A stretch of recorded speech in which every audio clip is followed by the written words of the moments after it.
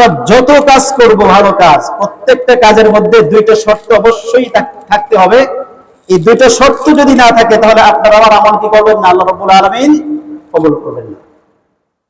যেহেতু হজের মৌসুম চলছে, আমাদের যাদের হজ ফরজ হয়েছে আমাদের উপর, গত সপ্তাহে আলোচনা করেছিলাম হজ ফরজ হওয়ার জন্য কি কি শর্ত। আমরা তো মাশাআল্লাহ টাকা পয়সা হইলে আগে 10 তলা 20 তলা বিল্ডিং করি, তারপরে হজ করতে যাই। হজ করে আগে কি করে নি, বাড়ি করে নি, তারপরে কি করব? হ্যাঁ, বিল্ডিং একটা করছি, আরেকটা করার জন্য প্রস্তুতি গ্রহণ করি। কিন্তু আপনার উপর যে হজ ফরজ হয়েছে আপনার খবর আছে? আল্লাহ রাসূল বলেন যে ব্যক্তির উপর হজ ফরজ হলো, হজ ফরজ হওয়ার পরে যে হজ করলো না, ফালইয়ামুত ইনশা ইয়াহুদিয়ান আও নাসরানিয়ান, ওই ব্যক্তি যদি হজ না করে মৃত্যুবরণ করে, আপনার আবার মৃত্যু কখন আসবে কেউ বলতে পারে? আপনি কি বলতে পারবেন যে আপনি যে বিল্ডিংটা শুরু করেছেন 10 তলা বিল্ডিং, শেষ করার পরে আপনাকে আল্লাহ রাব্বুল আলামিন মৃত্যু দিবেন? আপনার কি জানা আছে কখন মৃত্যুবরণ করবেন আপনি? নাকি আপনি সেটা ভোগ করতে পারবেনই না? এরকম হয় না অনেক সময়?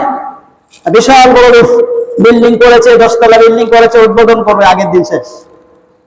উদ্বোধন করার আগে শেষ হয়ে গেছে, আপনার হায়াত শেষ।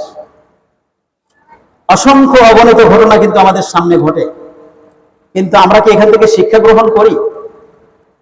রাসূল বলেন হজ ফরজ হওয়ার পরে যারা হজ করে না, আল্লাহ রাসূল বলেন ফালইয়ামুত ইনশা ইয়াহুদিয়ান আও নাসরানিয়ান, সে হয়তো ইহুদি হয়ে মৃত্যুবরণ করবে, আর না হয় খ্রিস্টান হয়ে কি করবে, মৃত্যুবরণ করবে। অর্থাৎ হজ ফরজ হওয়ার পরে যদি হজ না করে মৃত্যুবরণ করে কোনো ব্যক্তি, তাহলে সে ঈমানদার হয়ে কি করতে পারবে না, মৃত্যুবরণ করতে পারবে না। এই জন্য চিন্তা করে দেখেন, আপনার টাকা পয়সা হওয়ার পরে আগে বিল্ডিং করবেন নাকি আগে হজ করবেন, কোনটা আগে করবেন? সিদ্ধান্ত হচ্ছে আপনার। আপনি সত্যিকার অর্থে কি আল্লাহকে ভালোবাসেন? পরকালের প্রতি কি আপনি বিশ্বাস স্থাপন করেন? পরকালের প্রতি কি আপনার ঈমান আছে? এটার প্রমাণ হচ্ছে আপনি আগে কি করবেন। আপনি সম্পদশালী হলে, আপনি সামর্থ্যবান হলে আগে হজ করবেন, তারপরে কি দুনিয়ার বাকি কাজ করবেন। এটি হচ্ছে আপনার ঈমানের কি দাবি। এই দাবি অনুযায়ী যদি আপনার কাজের সাথে যদি না মিলে, তাহলে বোঝা যাচ্ছে আপনি নামাজ পড়ছেন 5 ওয়াক্ত, অনেক কিছুই করছেন, কিন্তু আপনি আসলে আসল কাজটা করছেন না। তাহলে বোঝা যাচ্ছে আসলে আপনার এই কাজের সাথে আপনার ঈমানের সাথে কি রয়েছে, সন্দেহ রয়েছে। এই জন্য একজন ঈমানদার ব্যক্তি যে আল্লাহকে সত্যিকার অর্থে কি করে ভয় করে, আল্লাহর বিধান আগে কি করবে, পালন করবে, এবং ভালো কাজের মধ্যে সবসময় সে কি করবে, এগিয়ে আসবে।